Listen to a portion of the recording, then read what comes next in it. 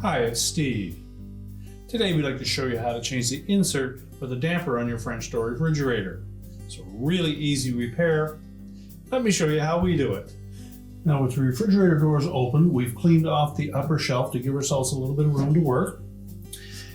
If the existing grill cover is still in place on your refrigerator, you'll need to remove that. And to do so, we'll take a thin flat blade screwdriver, and along the bottom edge, you'll note that there's a couple of small notches that are difficult to see, but those notches line up with the locking tabs on that grill cover. So using a flat blade screwdriver,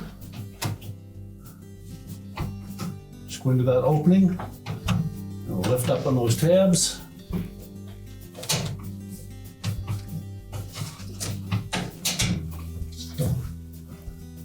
And just pivot it out on the bottom, pull it away from the top, and discard the old one.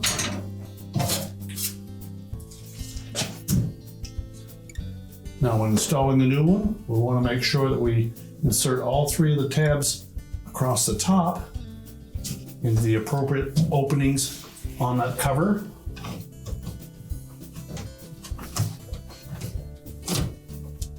And while keeping some pressure upwards on it, we'll just snap in the bottom